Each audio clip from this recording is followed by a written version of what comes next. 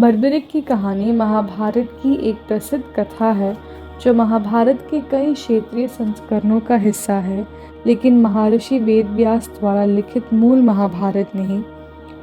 स्कंद पुराण के अनुसार बर्बरिक भीम तथा हिडिंबा के पौत्र और दैत्य मूर की पुत्री मौरवी तथा घटोत्कच के पुत्र थे। बर्बरिक महाभारत में अर्जुन, भीष्म, कर्ण, द्रोणाचार्य और कुरुक्षेत्र युद्ध के अन्य महान योद्धाओं के संयुक्त शक्तियों से अधिक बलशाली था। अपनी मां से युद्ध की कला सीखने के बाद बर्बरिक को स्वयं भगवान शिव द्वारा उपहार में दिए गए 3 अचूक बाणों का आशीर्वाद मिला था।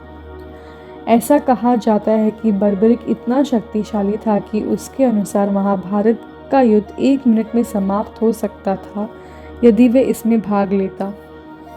बर्बरिक अपने पूर्व जन्म में एक यक्ष था।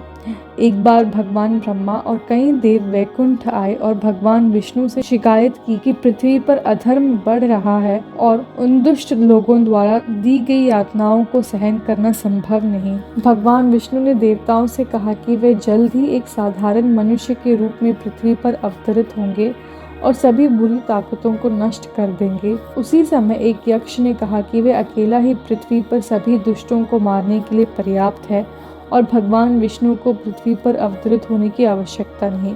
यह सुनकर ब्रह्मा को बहुत क्रोध आया और उन्होंने यक्ष को श्राप दिया कि वह दैत्य कुल में जन्म लेगा और जब पृथ्वी पर सभी बुरी ताकतों को समाप्त करने का समय आएगा तो भगवान सबसे पहले उसका वध करेंगे। यह सुनकर यक्ष ने भगवान विष्णु से क्षमा याचना की और कहा कि इस छोटी सी भूल के लिए उसे इतना बड़ा दंड ना दिया जाए। उसने भगवान विष्णु से श्राप मुक्त होने का अनुरोध किया। विष्णु ने फिर कहा कि वह ब्रह्मा के श्राप को टाल नहीं सकते, लेकिन उन्होंने उसे आश्वासन दिया कि उसका संबंध कुरु वंश से रहेगा। फिर उस यक्ष ने बर्बरिक के रूप में जन्म लिया और ब्रह्मा के श्राप के कारण कृष्ण उससे उसका सिर मांगते हैं। बर्बरिक अपने सिर को भेंट करने के बाद श्री कृष्ण के सामने इच्छा प्रकट करता है कि वह कुरुक्षेत्र युद्ध में धर्म और अधर्म के बीच होने वाले महासंग्राम को देखना चाहता है।